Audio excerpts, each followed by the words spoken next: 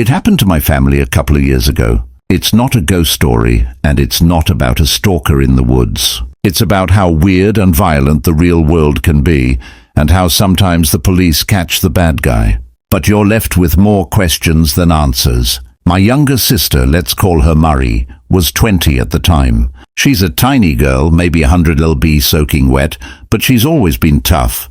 She had picked up a job working the graveyard shift at a gas station a few miles from our house. We all hated that she worked there, especially at night, but she needed the money for tuition, and she insisted she could handle it. Since she didn't have a car, it was my job to pick her up when her shift ended at 6 a.m. One Tuesday morning, I woke up, grabbed my coffee, and drove down to the station like I did every other day. Usually the parking lot is quiet, just a few early morning commuters getting coffee. But when I turned the corner onto the main road, my stomach dropped. The entire gas station lot was lit up with red and blue flashing lights. There were 3 police cruisers parked at weird angles, and yellow crime scene tape was already being strung up around the pumps. Just as I was pulling up, I saw an ambulance leaving the lot, sirens blaring toward the highway. I slammed my car into park right on the street and ran toward the tape. A uniformed officer stepped in front of me. "Sir, you can't be here. This is a crime scene." "That's my sister," I yelled. "She works here." "Is she in that ambulance?" The cop's face softened immediately. He asked for my name and my sister's name. When I told him, he sighed. "She's alive, son, but she took a beating. They're taking her to County General. You should meet her there." I didn't ask more questions. I drove to the ER, probably twice the speed limit. My hands were shaking so bad, I could barely grip the wheel. You hear about gas station robberies going wrong, but never think it'll happen to your family. A nurse led me to a curtained room. Mari was sitting up in bed with a blanket pulled to her nose. When she saw me, she said, "Don't freak out." "I'm okay. What happened?" I asked. "I'm going to lower the blanket," she said. She lowered it. Both of her eyes were swollen shut, dark purple. Her nose was broken and packed with gauze. Her lip was split open with stitches. The doctor came in and listed the damage. 2 black eyes, broken nose, fractured elbow. But Mari acted like she had only scraped her knee. She was angry, not scared. He didn't even get the drop. I was so mad. He beat me up over $60. Later, police took her statement and reviewed the security footage. I eventually saw the video. Mari was stocking drinks in the walk-in freezer. She stepped out to greet a customer, not knowing he was waiting. A tall, lanky man in a grey hoodie blindsided her, hitting her so hard she flew backward. He stood over her and started stomping and punching while she was down. But my 100 lb sister fought back, kicking, scratching, shielding her face. Eventually he dragged her to the register, forced it open, grabbed about $60. The irony, she had just pulled the large bills 10 minutes earlier. $400 sat in a manila folder under the counter. He beat a girl half to death for $60 and missed the real money right beside him. Here's where the story gets unsettling. The police caught the guy about 20 minutes later. He was running through a neighborhood nearby. It was open and shut, matched the description, had the cash, bruised knuckles. But one thing didn't fit. He was covered in blood, shirt, hands, pants soaked in it. Police assumed it was Mari's. She'd bled a lot from her nose and lip. They took his clothes into evidence, arrested him, and the DA prepped the case. Everything seemed straightforward. A few weeks later, the detective called, sounding confused. The bloody clothes had been sent for DNA testing to make the case airtight. They wanted proof the blood belonged to my sister. The results came back negative. It wasn't her blood. "Okay," I said. "So it's his blood?" "No," the detective said. "We tested that. It's not his either." I felt cold. He had walked into that gas station covered in fresh blood belonging to someone else, an unknown male.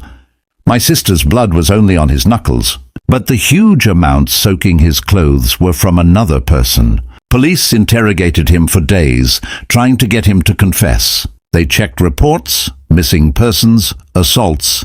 Nothing matched. To this day, no one knows whose blood it was. The guy's in prison for assault and robbery. He never talked.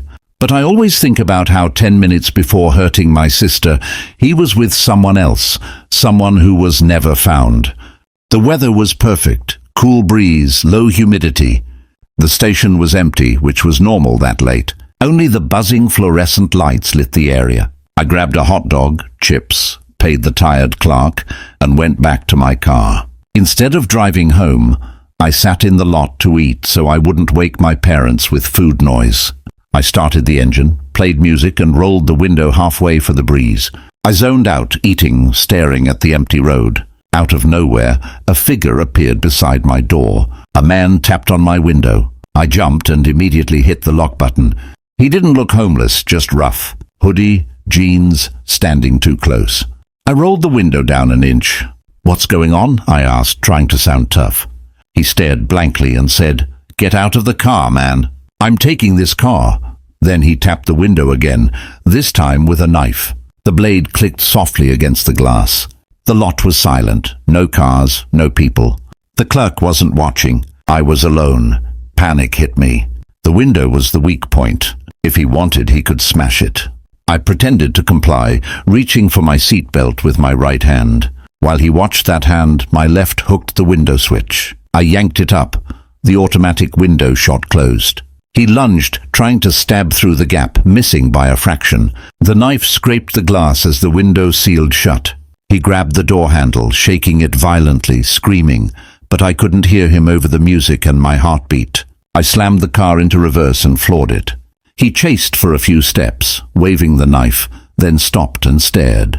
As I turned toward the exit, I saw the clerk inside, phone to his ear, watching the guy.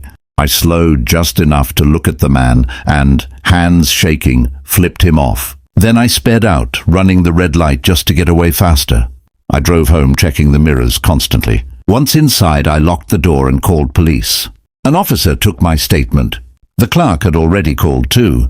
The man reportedly ran into the woods behind the station and vanished.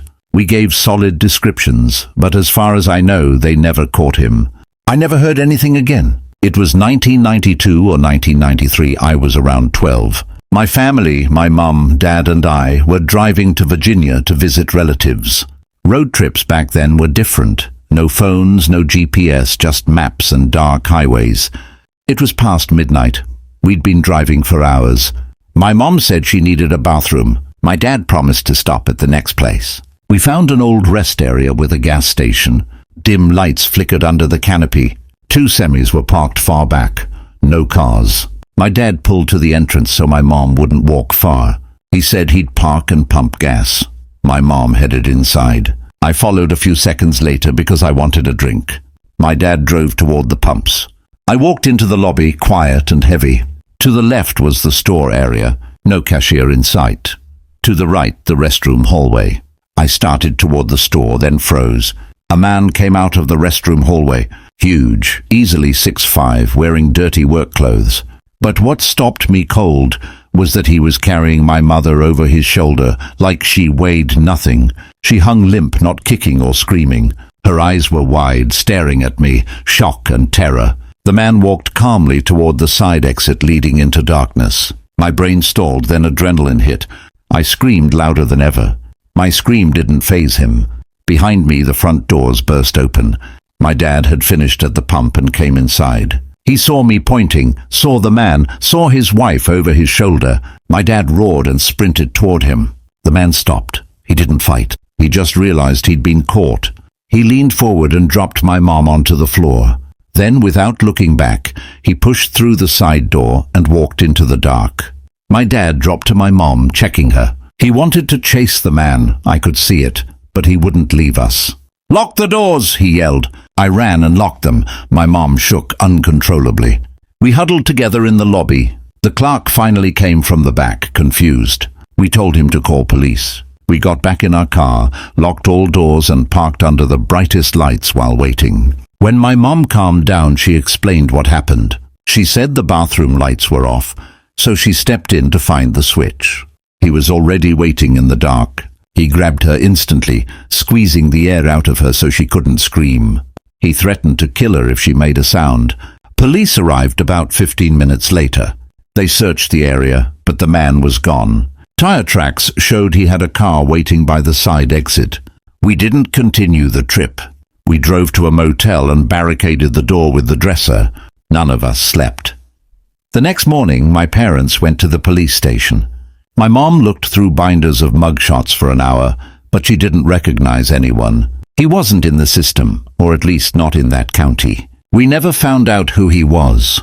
After that trip, my family created a rule that lasted until I was an adult. Nobody ever went into a rest stop or gas station bathroom alone.